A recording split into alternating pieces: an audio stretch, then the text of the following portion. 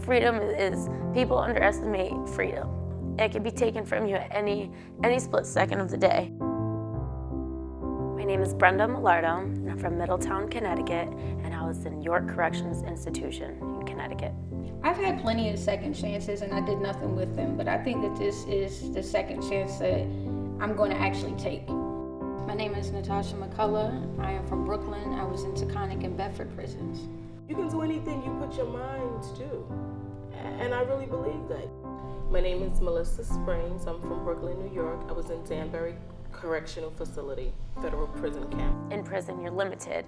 You know, you get a 15-minute phone call or a half-hour visit, and you're never, tomorrow's never promised, so you don't know. People, you know, your mom or your friend can say they're coming to see you tomorrow or the next weekend, and it's happened where they don't show up. Somebody see you do better than them or you get more than them, it's always a problem. Jail, in a female prison anyway, nobody sticks together. There's no unity. It's all about who's eating, who's cooking, who's got new sneakers, who's getting packages. Like, there's nothing there that make you want to do anything but stay in yourself. If you're on something different than that, then you stay in yourself. If you're not, then you sit in the day room and you pray on who's going to feed you. We made the best of it, away from home. This was going to be home for a while, so we had to make it too the best.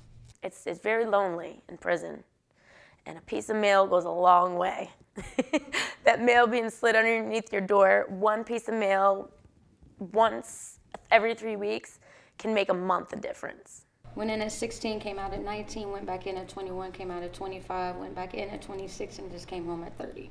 I went in because I failed to testify against someone, and I went to trial, and I was found guilty because I went and turned evidence over. I was incarcerated. Original charges were home invasion, armed robbery, conspiracy to commit armed robbery, attempt kidnapping, unlawful restraint.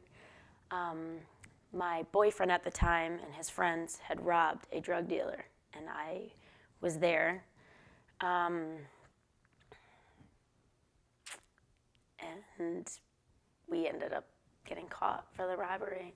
We send people to jail and they learn how to live in a certain environment that is nothing like the environment that anybody lives in a regular community. I mean, jail is a paramilitary environment. So I'm in there with murderers, rapists, you know, drug dealers, all different types of people. The person above my bunk was, you know, I can't even just how many murderers I had, going to bed at night not knowing, you know, what could happen, because I'm locked in a cell 23 and a half hours except for go to chow.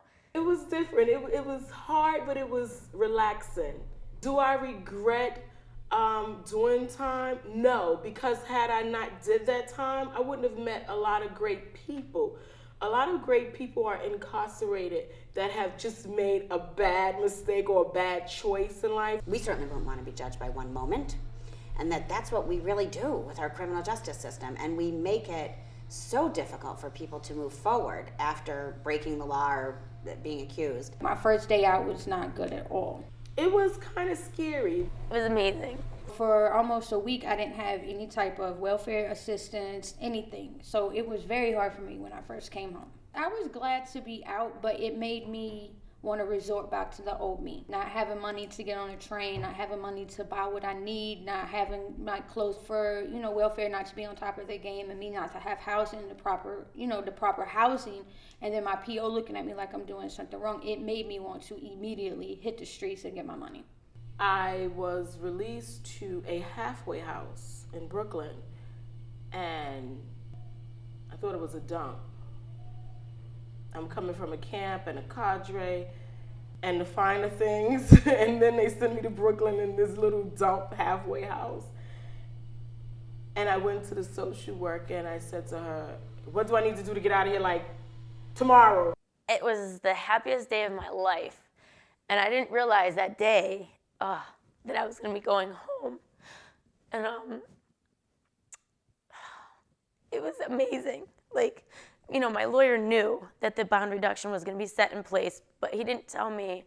And so when I was released, my mother, she had a surprise for me.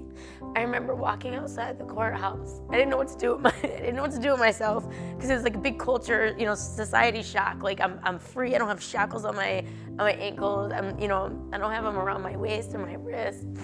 And I walk outside, and there's cars like flying past me, and I'm just like, holy shit.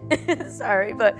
I wasn't used to that. I'm used to like walking on a walkway with the CO telling me, stay to the right side of the yellow line or whatever. And, you can only walk so fast or you can, or so slow.